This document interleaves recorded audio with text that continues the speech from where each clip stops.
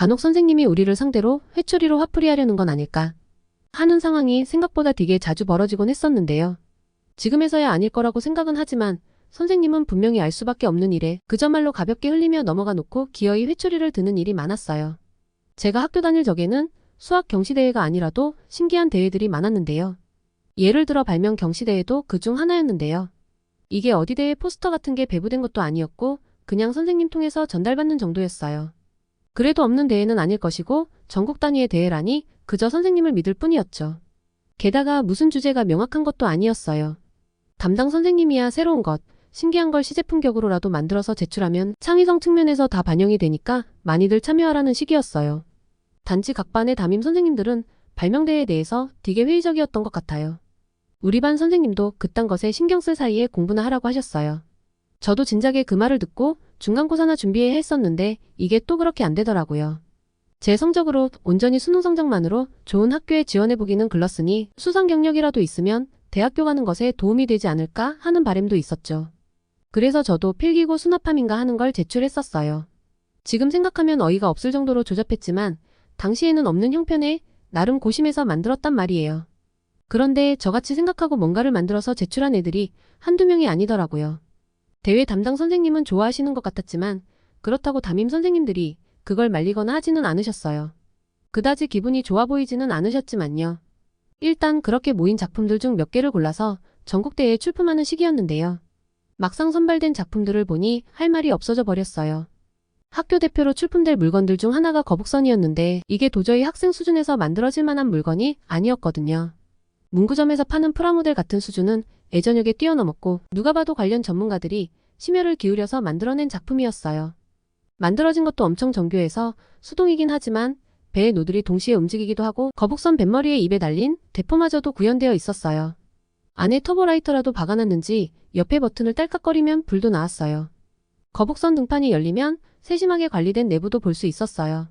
그런 걸 만들려면 정교한 설계도부터 각종 부품을 주문 제작해야 하는 수준이었는데 1-2주 만에 만들어질 만한 물건도 아닌 것처럼 보였어요. 그런데 담당 선생님이 우리에게 알려준 기간은 겨우 일주일이었단 말이에요. 그 말은 저 거북선은 그 이전에 주문이 들어가 있었다는 말이 되는 거잖아요. 물론 거북선 말고 범선이라던가 하는 것들도 있었지만 하나같이 학생 한 명이 붙어서 만들어낼 만한 물건은 아니었어요. 제 용돈으로 만들어낸 조악한 물건은 고려 대상조차 아니겠더라고요. 그래서 그냥 조졌다 하고 하던 거나 마저 하려고 했었어요. 당시에는 중간고사가 얼마 남지 않았던 시점이었으니까요. 그런데 이번엔 담임 선생님이 그냥 넘어가지 않으셨어요. 아마 그때 각 반의 작품 제출한 학생들은 자기 거 찾아가라는 방송이 나와서 그랬을 거예요. 그때가 마침 조례 시간이기는 했지만 선생님은 일단 물건부터 찾아오라 하셨어요. 우리 반에서도 꽤 많은 애들이 우르르 몰려나가는 걸 볼 수 있었는데요. 차라리 담당 선생님이 내 걸 버리더라도 나가지 말았어야 했어요. 손에 뭔가를 하나씩 들고 돌아온 우리가 자리로 돌아갈 수 없었거든요. 교실에 남아있던 애들은 미리 준비라도 한 듯 자리를 뒤로 바짝 밀어놓고 있었어요. 선생님이 회초리를 크게 휘두를 공간이 나올 수 있도록, 나머지 애들이 벌받으며 대기할 수 있는 공간이 나올 수 있도록 말이에요. 분명히 담임 선생님이 말을 하기는 했었어요. 쓸데없는 것에 신경 쓰지 말고 시험 준비나 철저히 하라고요. 그런데 선생님이 하지 말라고 적극적으로 말리지도 않으셨거든요. 그런데도 선생님은 우리더러 너희 것들은 도저히 말로 하면 들어먹지를 않는다며 그래도 마지막 기회를 준다고 하셨어요. 한 명씩 나와서 손에 들고 있는 그 쓰레기 당장 폐기하라고 하시더라고요. 우리도 처음엔 어떻게 하라는 의미인지 몰랐어요. 그런데 선생님의 회초리는 우리를 기다려주지 않았어요. 더 정확히 말하면 맨 먼저 불려나갔던 반장을 기다려주지 않았죠. 선생님께 처음 회초리를 맞고서는 일단 발명품은 손에 들고 칠판을 짚었어요. 그런데 5대가 넘어가고도 선생님의 태도에 변화가 없자 아예 발명품을 바닥에 내려놓고 두 손으로 칠판을 짚었어요. 그러고 5대를 더 맞았는데도 선생님은 별다른 말씀이 없으셨어요. 반장이 선생님께 무슨 말을 하려고 해도 선생님은 입 닫고 칠판을 짚으라는 듯 회초리로 칠판만 탕탕 두들길 뿐이셨어요. 그러고 반장을 못 잡듯이 두들겨 패기만 하셨어요. 반장이 혼난 대수가 20대를 넘어가자 우리도 슬슬 위기감을 느끼기 시작했어요. 우리도 저만큼 혼날 것 같으면 다음 수업 시간 내내 매만 맞다가 끝날 것 같았거든요. 그러다 맷집 약했던 반장이 결국 쓰러지더라고요. 걔도 넘어지는 마당에 이것저것 따질 여력이 없었는지 바닥에 내려놓은 물품이 망가지는 건 막지 못했었어요.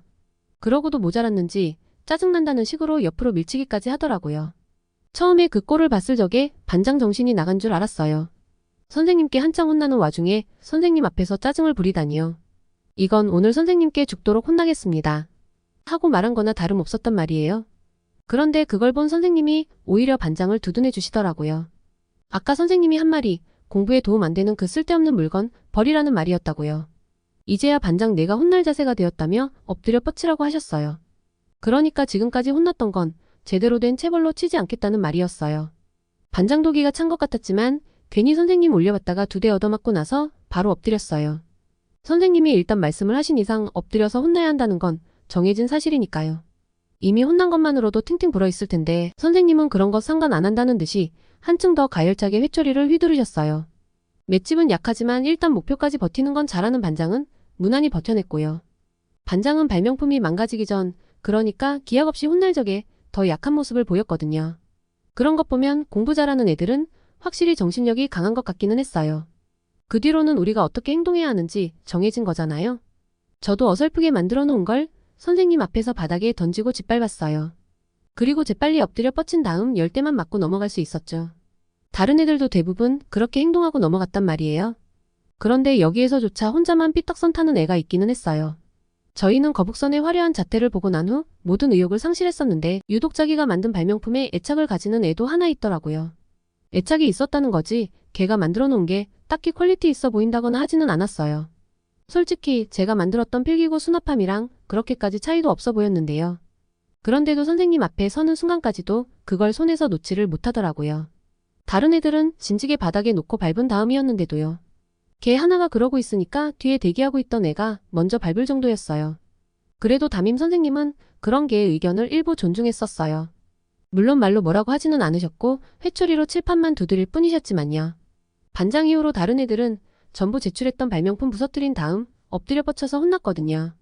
그런 상황에서 굳이 칠판을 짚으라고 하신 건 반장 때처럼 칠판 짚고 혼난 건 카운트 안 하겠다는 의미나 마찬가지였어요. 그렇다고 걔가 평소에 선생님께 반항적이었다거나 한 것도 아니었어요. 물론 걔가 공부를 압도적으로 잘했다거나 했던 것도 아니지만요.